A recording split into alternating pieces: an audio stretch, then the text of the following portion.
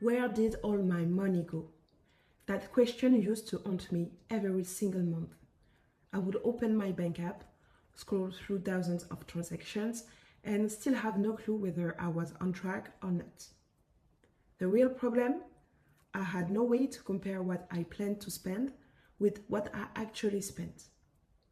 And if you come from finance like I do, you know that comparison is everything.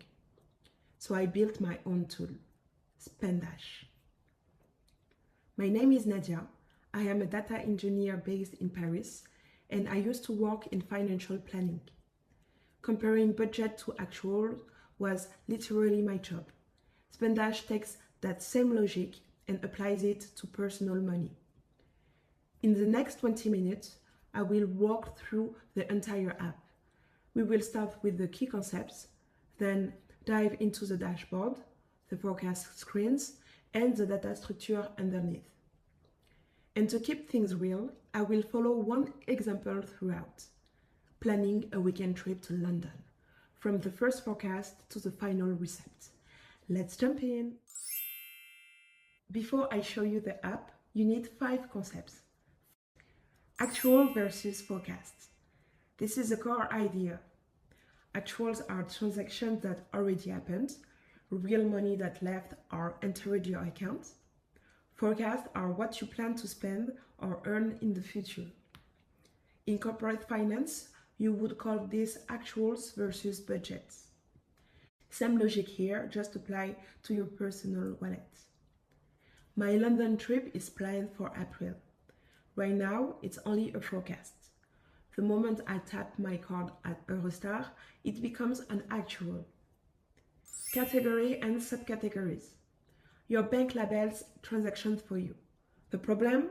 Those labels rarely match how you actually think about your money. So I created my own mapping layer. If you have worked with any FP&A tools, think of it like a custom chart of accounts. I use 4 main categories: income, needs, desires, and savings, each with around 4 subcategories like holiday, transport, rent, services. My London trip, category desires, subcategory holiday, simple. Merchants. Merchants add a layer of detail. Instead of just knowing I spend money on holidays, I know exactly where: Eurostar, the hotel, the restaurant. Each one is a separate merchant, all under the same subcategory. Accounts. I track 2 types of accounts: checking account for daily transactions and saving accounts for longer-term goals. Cluster. A cluster groups items that belong to the same logic, even if they sit in different categories. My London trip cluster includes the train ticket, the hotel, 2 restaurants, different subcategories, different merchants, but one cluster ties them all together. One click and I see the total cost of my weekend. Those are your 5 building blocks. Now let me show you what they look like inside the app. This is where everything starts. When I open Spendash, the homepage answers 3 questions before I click on anything else. Question number 1, am I spending more than I earn? This chart shows income versus expenses, month by month, actuals and forecast, side by side. Look at April. See that spike? That is my London trip, pushing expenses above the usual level. That's a signal I need to pay attention to. Question number 2. How much will I save this year? Right next to it, a saving projections. It takes my current data and my planned expenses to estimate how much I should be able to save by the end of the year. Question number 3. Where is my money actually going? Below, I break things down by category, subcategory, and merchant. I can zoom in on 1 month or look at the full year. Finally, top merchants help me focus on expenses that matter the most to me. For example, I flagged H&M as a top merchant because I want to keep an eye on shopping costs. So when I glance at the homepage, It shows up right away, and I can check if the real costs match what I forecasted. To get useful insights from the dashboards, I need my forecast to be as accurate as possible. So now, let me show you how I build my forecast and manage it. This is the screen I use the most. Desires are the expenses I want, but do not strictly need. And this is exactly why they need the most control. Can I afford this? The first thing I check is the net delta, in this gap between total income and total expenses throughout the year. If this number is healthy, I have a room. If it's tight, I need to make choices. For example, before booking my London hotel, I checked the net delta for April. Gap is tight, I pick a cheaper hotel, or I move the trip to a month with more breathing room. Am I on track? The progress bar tells me instantly. Green, under budget; red, time to adjust.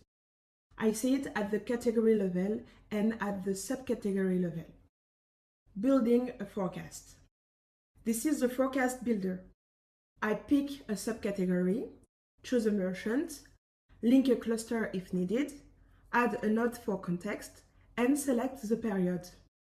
For example, subcategory holiday, merchant SNCF, cluster London trip, note round trip, period April, and that's done. Reality check. Below, I can compare actuals to forecasts at the most detailed level, and the breakdown focuses only on desires. For all of this work, the data structure has to be clean. That's the next screen.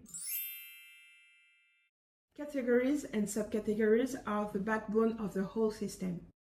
Why not just use bank labels? Because they are the bank's view, not mine.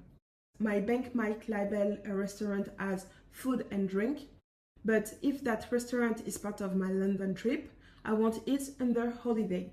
So I built a mapping layer, because this is my rules, not the bank's. Structure. I keep it simple on purpose. 4 categories, about 4 subcategories each. Small enough to maintain, rich enough to analyze. For example, holiday lives under desires.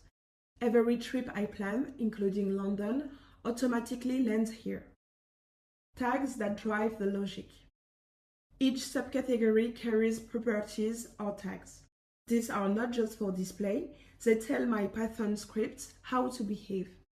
A tag can say this is income, or this is savings, or exclude this from analysis.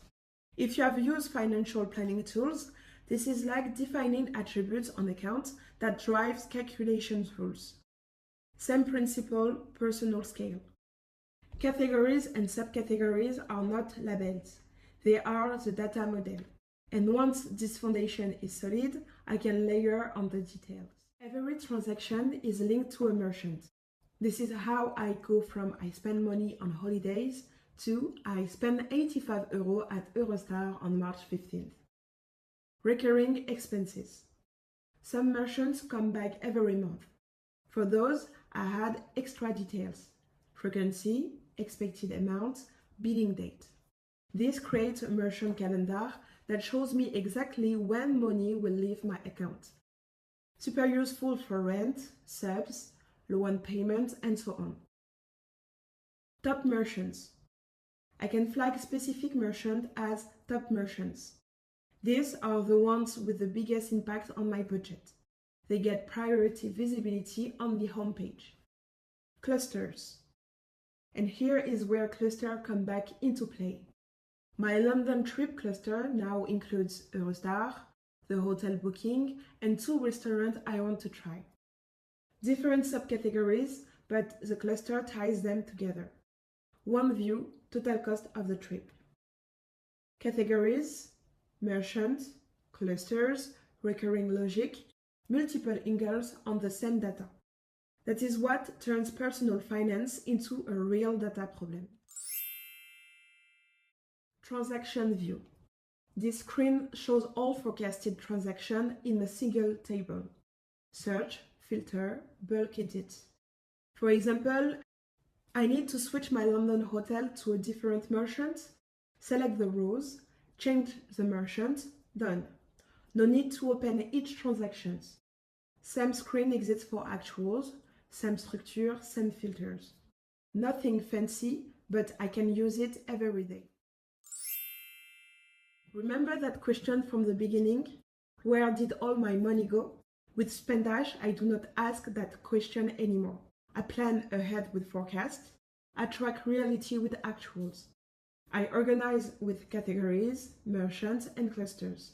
And I compare, just like I used to do in a corporate finance, but for my own life. Before Spendash, I would have booked my London trip without thinking twice. Now I see the forecast, track every expense through a cluster, compare it to my budget, and decide whether I can also afford that restaurant I really want to try. It is not about restricting myself, it's about choosing my clarity. What comes next? In future videos, I will go deeper. How I ingest bank data with Python, how the forecast logic works, how I build the analytic layers. If you're curious about personal finance, data engineering, or building your own tools, hit subscribe. See you in the next one.